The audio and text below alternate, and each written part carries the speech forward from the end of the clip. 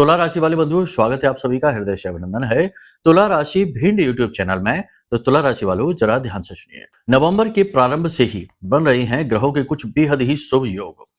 बुध और शुक्र का एक ऐसा योग बन रहा है जिसे चत्वारिंशत योग कहा जाता है। इस योग से बहुत सारे शुभ परिणाम फलित होते हैं जो आपके जीवन में सीधे लाभ पहुंचाने वाले हैं। अचानक से आपके जीवन काल में 4 प्रकार की बड़ी घटनाएं घटित हो सकती हैं, जिनमें 2 घटनाएं तो निश्चित तौर पर घटित होंगी। अब यहाँ पर सोचने वाली बात यह है कि जब भी कोई भी चीज जीवन में फलित होती है, यानी शुभ फल जीवन में आते हैं, तो उस समय कुछ विशेष नियमावली है जिसे मानना बेहद आवश्यक है। यदि आप मानेंगे तो आप इन शुभ फलों का बहुत अधिक लाभ लेने वाले हैं। जी हाँ बंधुओं, वर्षों के बाद ऐसे शुभ योग बने हैं जो आपको इस नवंबर के महीने में बहुत ऊंचाई पर लेकर जाएंगे, परेशानियों से बाहर निकालेंगे, ग्रह की बाधाएं और तंत्र मंत्र की बाधाओं से भी आपको मुक्त करेंगे। यह जो चत्वारिंशित योग बन रहा है बुध और शुक्र की वजह से, यह बेहद ही सूक्ष्म और बेहद ही दैवीय योग होता है। इस योग के कई प्रकार के लाभ जातक को प्राप्त होते हैं, बशर्ते ये जातक कुछ नियम और शर्तों का पालन करे। इसी के साथ साथ हम आपको बताएंगे कि आपकी कुंडली में बुध और शुक्र की स्थिति यदि शुभ नहीं है तो हो सकता है कि आप इस योग के लाभ ना ले पाए। तो इन शुभ स्थितियों को बनाने के लिए, क्योंकि ग्रहों की अच्छी बात यह होती है कि इनके उपाय करने से, यानी प्रायश्चित कर्म कर लेने से ग्रह शुभ फल देने वाले हो जाते हैं। ग्रह भी तो आखिर एक ऊर्जा ही है। हर ग्रह की अपनी खास ऊर्जा होती है, उसे हम उसके नाम से, यानी कि पिंड के नाम से जानते हैं। लेकिन जो आसमान में घूम रहा पिंड है, असल में हम उसकी सिर्फ ऊर्जा के बारे में बात करना चाहते हैं, सूक्ष्म ग्रह की बात कर रहे हैं। यहाँ पर समझने वाली बात यह है कि जब भी हम ये कहते हैं कि सूर्य देवता बकरी है, इसका आपके ऊपर बुरा प्रभाव पड़ेगा, या नीच के हैं बुरा प्रभाव पड़ेगा, तो इसका मतलब यह नहीं है कि सूर्य देवता आपको कष्ट पहुंचाने आ रहे हैं। सूर्य तो बहुत बड़ा तारा है और बहुत दूर है ब्रह्मांड में, वह यहां तक आपके लिए नहीं आएगा, किसी के लिए भी नहीं आएगा। लेकिन सूर्य की जो ऊर्जा है, जो वातावरण में फैली हुई है, वह ऊर्जा आपको नुकसान पहुंचाना शुरू कर देगी। तो ग्रहों की बात जब हम करते हैं तो बहुत से लोग कुतर्क करते हैं और कहते हैं कि ग्रह तो इतनी दूर मौजूद है, वो हमारा क्या बिगाड़ पाएंगे। असल में यहाँ पर ग्रहों के परिप्रेक्ष्य में बात नहीं हो रही है, यहाँ पर बात हो रही है ग्रहों से संबंधित उनके रूप, गुण, आकार, प्रकार और उनके स्वभाव के बारे में। जो ऊर्जाएं हैं जो इसी से मिलती जुलती हैं, उन ऊर्जाओं के बारे में बात हो रही है। तो समझने की बात है कि यहाँ पर सूक्ष्म जगत की बात होती है, भौतिक जगत का तो केवल नाम लेकर सहारा लिया जाता है। आप ऐसे समझ सकते हैं कि जब भगवान की मूर्ति या फिर शिवलिंग पर आप जल अभिषेक करते हैं, तो आप तो पत्थर का शिवलिंग है उसके ऊपर जल अभिषेक कर रहे हैं, लेकिन वह जो पत्थर का जो शिवलिंग है, वह तो एक स्थूल पिंड है। उस पिंड के माध्यम से आप यह धारणा लेकर चलते हैं कि यह जल शिव तक पहुंचेगा, भोलेनाथ तक पहुंचेगा, और भोलेनाथ तो सूक्ष्म रूप में मौजूद हैं जगत में, हर एक कण में, तो इस पिंड में भी मौजूद होंगे ही। इसी प्रकार से हम ग्रहों के बारे में बात करते हैं।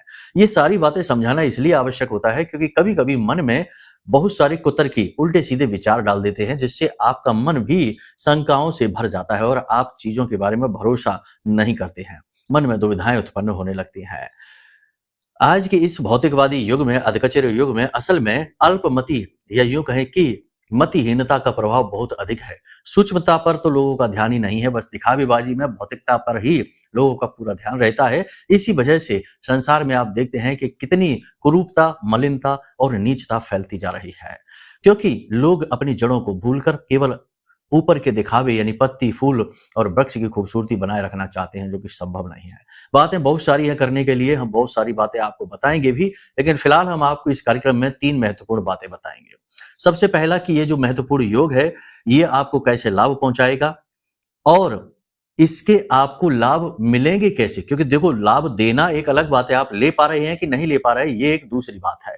तो आप कैसे इसके लाभ ले पाएंगे? यदि आपकी कुंडली में बुध और शुक्र की स्थिति अच्छी नहीं है, तब भी आप इसके लाभ कैसे ले पाएंगे, इसके लिए कुछ जरूरी सलाह बताएंगे और कुछ उपाय भी आपको हम बताएंगे।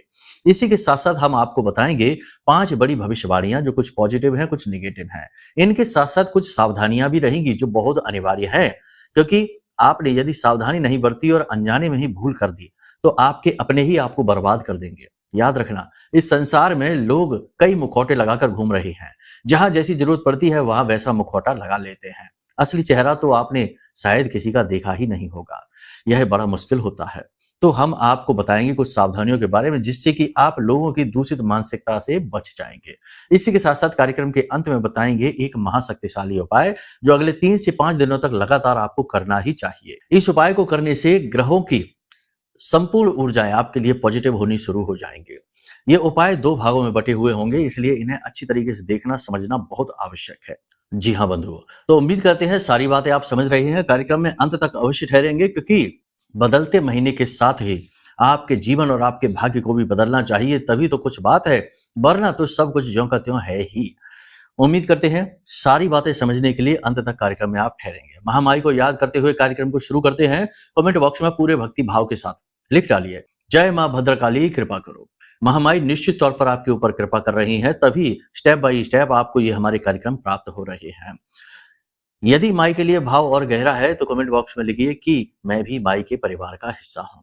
जिन लोगों ने 31 अक्टूबर की रात्रि की जो विशेष पूजा थी, नवग्रह शांति की पूजा थी, और कुछ लोगों ने अपनी तंत्र मंत्र और बाधा हटवाने की भी पूजा करवाई थी, उनकी पूजा का समापन बहुत अच्छी तरीके से हो गया है। थकान चेहरे पर हमारे दिखाई ही दे रही होगी, रात भर का अनुष्ठान था। खैर कोई बात नहीं है, आप लोगों के घर प्रसाद पहुंचने ही वाला होगा। अगले 5 से 7 दिन में प्रसाद सामग्री आपके पास पहुंच जाएगी। महामाई की कृपा और आशीर्वाद तो आपके पास पहुंच ही चुकी होगी, धीरे धीरे अपना प्रभाव दिखाना शुरू कर देगी। आपने महामाई की शरण में आना चुना है, यह आपके जीवन का सर्वश्रेष्ठ फैसला है। चलिए बंधुओं, इसी भाव के साथ अब अपने मूल विषय को शुरू करते हैं। बात करते हैं 5 बड़ी भविष्यवाणियों की। जय माई की। बंधुओं, ज्योतिष और तंत्र विद्या के क्षेत्र में आचार्य अमित एक जाना माना नाम है। पूज्य गुरुदेव के साधनाओं और ज्योतिष विद्या के अनुभव बेहद दिव्य है। जी हाँ, पूज्य गुरुदेव ने जिसकी भी कुंडली का विश्लेषण किया और कुंडली के अनुसार उसे सटीक उपाय व महामाई माँ बगलामुखी की विशेष कृपा दी, उसके जीवन में सकारात्मक बदलाव तो आए ही है। फिर चाहे समस्या कितनी ही कठिन क्यों ना हो, समाधान तो अवश्य हुआ है। अब ऐसे में यदि आप भी अपने जीवन की किसी बड़ी समस्या से जूझ रहे हैं, जैसे कि कर्जा बढ़ता ही जा रहा है, काम धंधा और व्यापार सब रुक चुका है, रिश्ते नातों में तनाव हद से ज्यादा बढ़ गया है, पूरा जीवन ही नकारात्मकताओं से भर गया है, तो ऐसे में यही सही समय है जब आप श्रेष्ठ गुरु से मार्गदर्शन प्राप्त करें और जीवन के अंधकार को समाप्त कर दिव्य प्रकाश की ओर कदम बढ़ाएं। वीडियो में दिए गए नंबरों पर तुरंत संपर्क करिए और अपनी कुंडली का विश्लेषण व समाधान पूज्य गुरुदेव के द्वारा करवा लीजिए। देर ना करें, आपके देवी देवताओं के आशीर्वाद से ये मौका खुद चलकर आपके पास आया है, इसे गंवाना नहीं है। अभी फोन करें और गुरुदेव से मार्गदर्शन प्राप्त करें। महामाई आपका कल्याण करें। धन्यवाद। बंधुओं, सबसे पहले हम आपको बता दें कि नवंबर के इस महीने में 3 बड़े ग्रह गोचर होने वाले हैं। शुरुआत अगर करें तो सबसे पहला गोचर तो शुक्र का होगा, जो तुला राशि में 2 नवंबर को जाएंगे। शुक्र का ही दूसरा गोचर 26 नवंबर को हो जाएगा, वृश्चिक राशि में जाएंगे। दूसरा गोचर जो है वह सूर्य का होने वाला है, जो 16 नवंबर को होगा, तुला राशि में जाएंगे। इसके साथ ही बुध वृश्चिक राशि में जो 24 अक्टूबर को आ चुके हैं, वे 23 नवंबर तक तुला राशि में चले जाएंगे।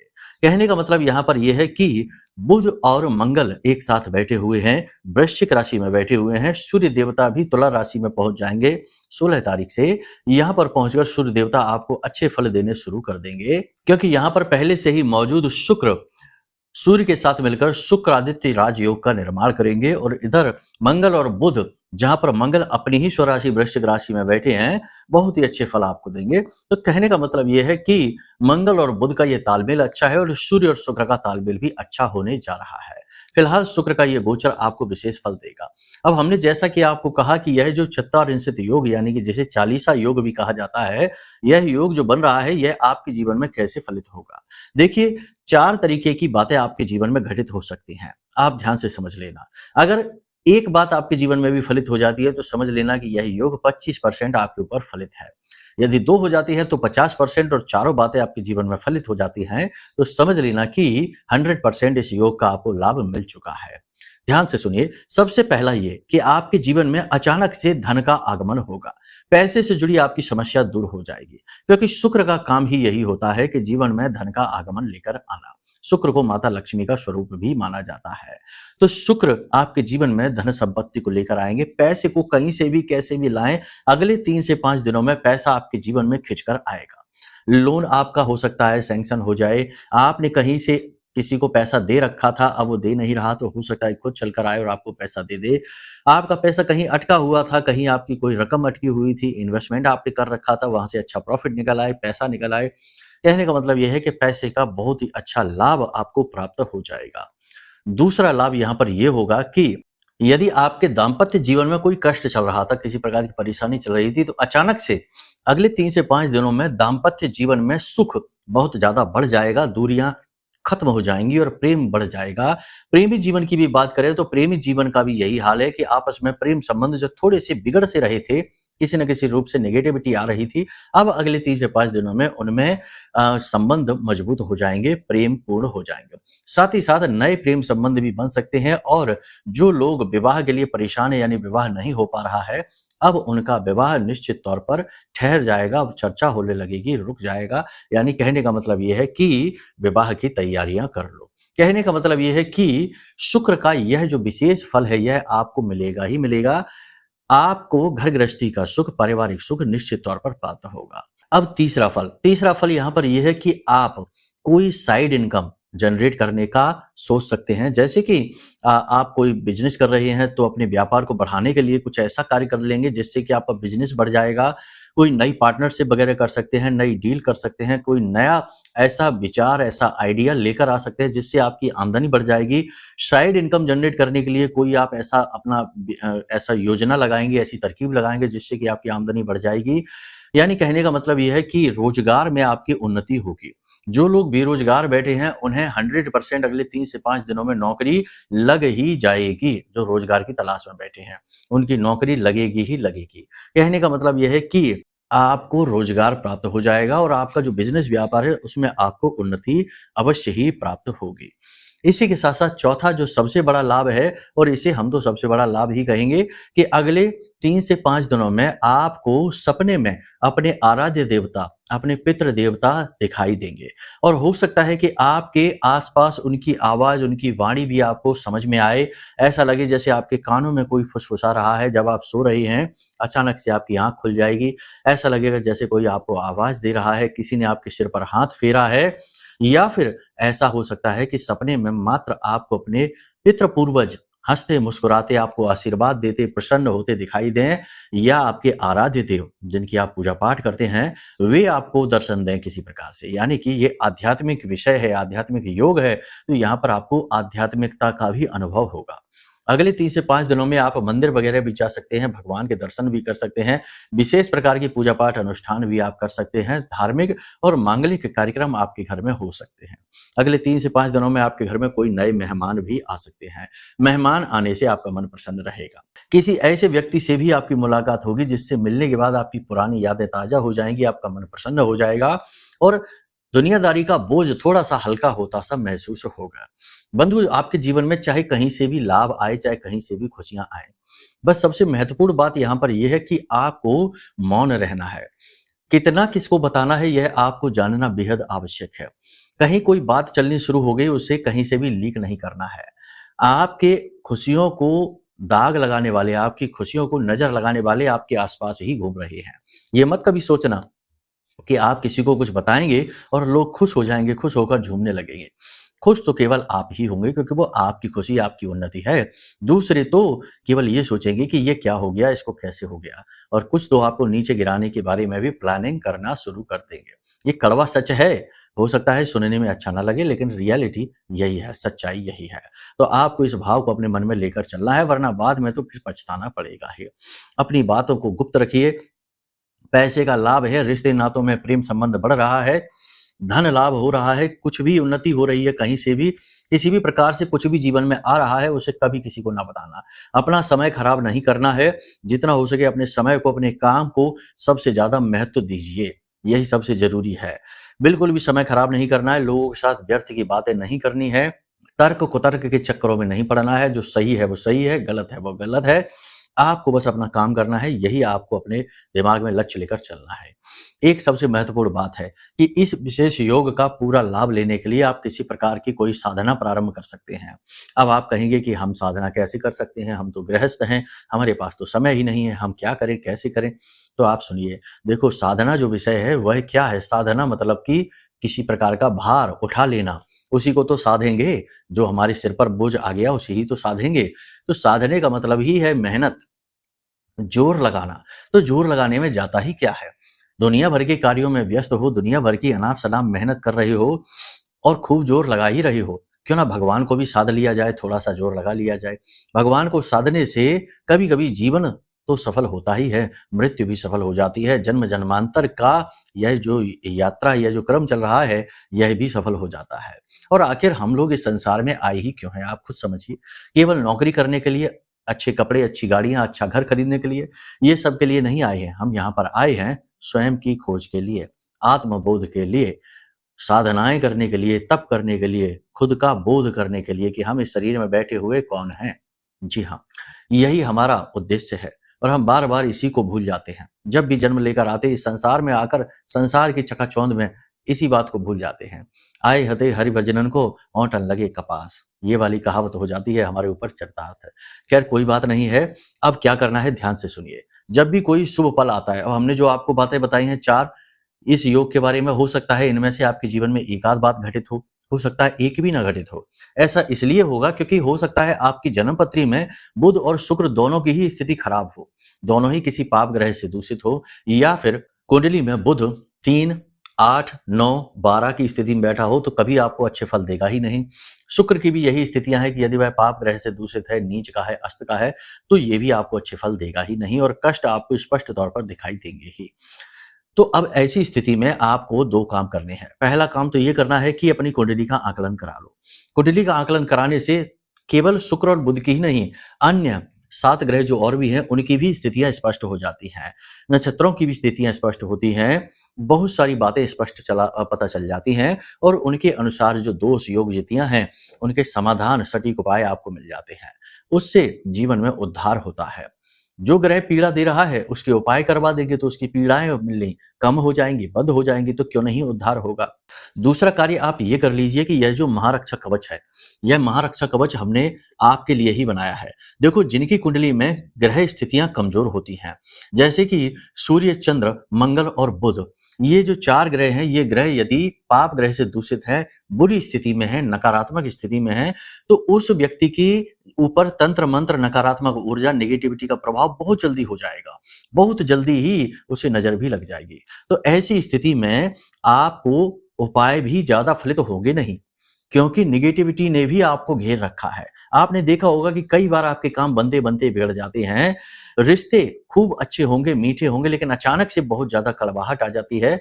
अचानक से आपको ऐसा लगता है जैसे आप तुरंत बीमार हो गए, तुरंत आपका काम खराब हो गया, तुरंत आपका मन खराब, मूड खराब हो गया। ये जो तुरंत होने वाली चीजें हैं, ये नेगेटिविटी से प्रभावित होती हैं।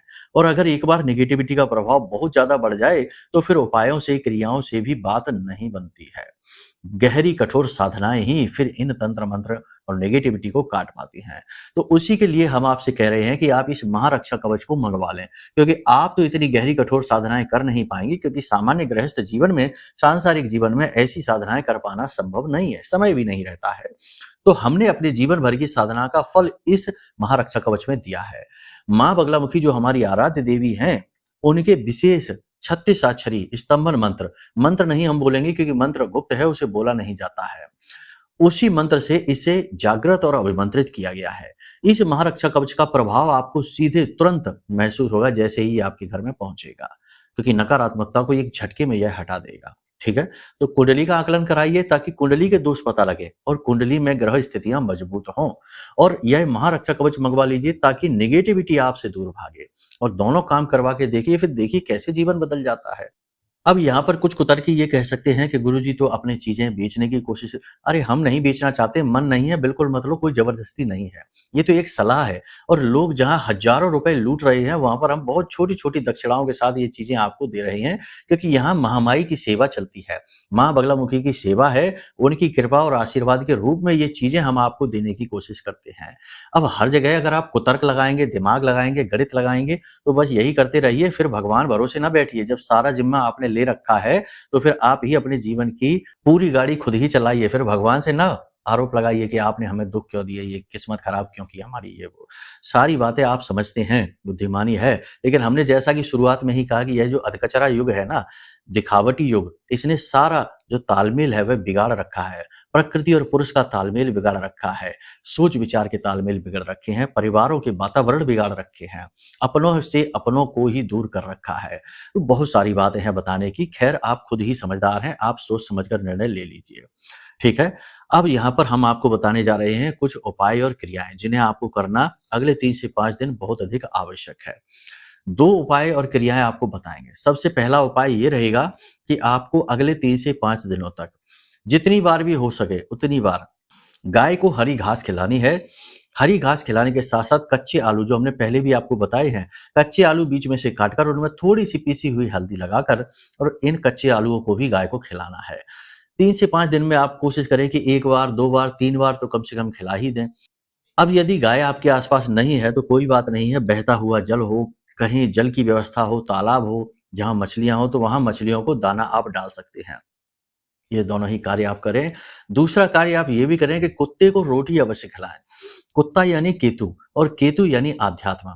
आध्यात्म और वासना दोनों ही केतु है, अलगाव भी है, बहुत सारी बातें हैं। देखो, शुरुआत होती है फिर तो बहुत लंबी खिंचती है बातें। फिलहाल हम आपको बता दें कि केतु की सहायता से बहुत सारे नेगेटिव जो हमारी कुंडली के योग होते हैं उन्हें पॉजिटिव किया जा सकता है केतु के सहारे, क्योंकि केतु के पास हृदय है, उसके पास दिमाग नहीं है लगाने के लिए कि हर जगह गणित लगाए और क्या मिल रहा है, फायदा और नुकसान के बारे में सोचे, लाभ हानि सोचे, नहीं, उसके पास केवल दिल है। अगर आप उसके साथ प्रेम भाव से जुड़ जाते हैं, यानी कि जीवों की सेवा करते हैं, पशुओं को भोजन खिलाते हैं, दया भावना मन में रखते हैं, तो केतु आपको बहुत उच्च स्तरीय तक ले जाता है। मुक्ति कारक भी केतु को कहा जाता है, मोक्ष कारक कहा जाता है। ठीक है, तो आप कुत्ते को रोटी अवश्य खिलाएं। जब भी आप कुत्ते को रोटी खिलाएं तो उसमें थोड़ा सा गुड़ अवश्य डाल दें और हल्का सा गुड़ डाला हुआ रोटी कुत्ते को आप खिलाएं। जब आप कुत्ते को रोटी खिला रही हो उस समय आपका मुख दक्षिण दिशा में हो, बस इतना सा आपको करना है। साथ ही साथ आप एक काम और करिए कि प्रतिदिन अपने स्नान करने वाले जल में थोड़ी सी चुटकी भर हल्दी भी डालकर अगले 3 से 5 दिनों तक स्नान करिए। इन सब क्रियाओं से शुद्धिकरण हो जाएगा, पॉजिटिविटी आ जाएगी, नेगेटिव एनर्जी दूर हो जाएगी और आपके आराध्य देव जो भी हैं, जिनकी भी आप पूजा पाठ साधना करते हैं, उनकी कुछ विशेष साधना कर लीजिए। जैसे भोलेनाथ हैं तो प्रतिदिन उन्हें जल समर्पित करिए अगले 3 से 5 दिनों तक और वहीं पर बैठकर कम से कम, ज्यादा नहीं तो 5 माला पंचाक्षरी मंत्र का जाप कर लीजिए। हनुमान जी हैं तो हनुमान जी के मंदिर में जाइए और प्रतिदिन 5 हनुमान चालीसा पाठ और एक अंत में बजरंग बाण के पाठ का संकल्प ले लीजिए। महिला हैं तो फिर हनुमान अष्टक का संकल्प ले लीजिए। इस प्रकार से आप किसी की भी, यानी दुर्गा जी के मंदिर जाते हैं तो दुर्गा चालीसा का 5 दुर्गा चालीसा, इस प्रकार से आप कर लीजिए। 5 दिन की ही साधना कर लीजिए, आपको बहुत ही अद्भुत परिणाम प्राप्त होंगे। ठीक है, तो चलिए बंधु, सारी बातें हमने आपको बता दी हैं। इन बातों को आप अच्छी तरीके से सोचिए, समझिए और अपने जीवन में उतारिए। माता रानी तो है ही आपका कल्याण करने के लिए ही, और हम तो उनके दास हैं, आपके लिए तत्पर, आपकी सेवा में समर्पित हैं, खड़े हैं। जब जैसी भी आवश्यकता हो, वीडियो में नंबर है, इन नंबरों पर फोन करिए, आपको तुरंत मदद दी जाएगी। जो हमसे बनता है, जितना माई ने हमको काबिल बनाया है, उतनी आपकी सहायता के लिए हम तत्पर तैयार हैं। ठीक है, तो चलिए भाव के साथ महामाई को याद करिए और प्रेम से बोलिए, जय माई की, जय मां बगलामुखी। हमारे प्रिय और परम पूज्य आचार्य जी ने अपनी साधनाओं के अनुभवों पर आधारित शक्तिशाली उपाय और क्रियाओं के माध्यम से हजारों लोगों के जीवन को पूरी तरह से बदला है। आचार्य जी के द्वारा बताया गया हर एक उपाय इतना सटीक और कारगर होता है कि जो भी इसे पूरे भाव के साथ कर लेता है, उसे साक्षात महामाई की कृपा और आशीर्वाद प्राप्त हो जाती है। इसलिए निसंकोच इन उपायों को पूरे भाव के साथ करिए, आपका कल्याण होगा। जय माई की।